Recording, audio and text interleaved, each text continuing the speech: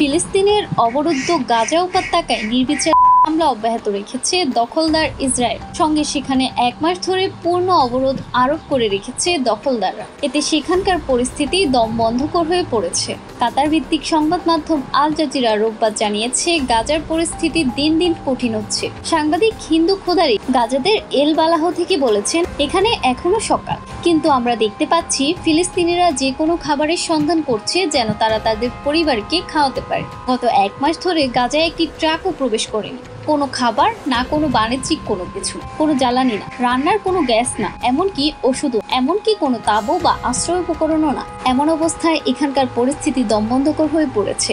আমরা দেখছি অনেক মানুষ 1 গ্যালন স্বাস্থ্যকর পানির জন্য লাইন ধরেছেন। আমরা দেখছি ফিলিস্তিনিরা গরম খাবারের জন্য বিভিন্ন কিচেনে লাইন ধরেছেন।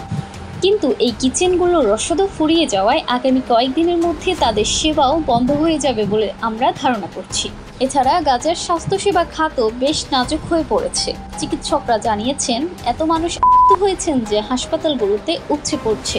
এছাড়াও সাধারণ মানুষকে যে চিকিৎসা দেওয়া হবে সেটির সুযোগ নেই, কারণ চিকিৎসা সরঞ্জামেরই ঘাটতি দেখা দিয়েছে।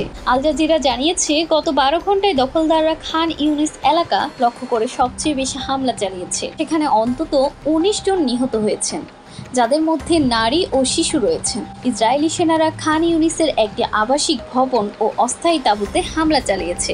এতে অনেক মানুষ ধ্বংসস্তূপের নিচে আটকা পড়েছেন, যারা সেখান থেকে বাঁচার আকুতি জানাচ্ছেন। ধ্বংসস্তূপে মানুষ আটকে থাকায় মৃতের সংখ্যা আরও বাড়তে পারে। অপরদিকে সব মিলিয়ে গত 24 ঘন্টায় অবরুদ্ধ এই উপত্যকায় 46 জন নিহত হয়েছেন।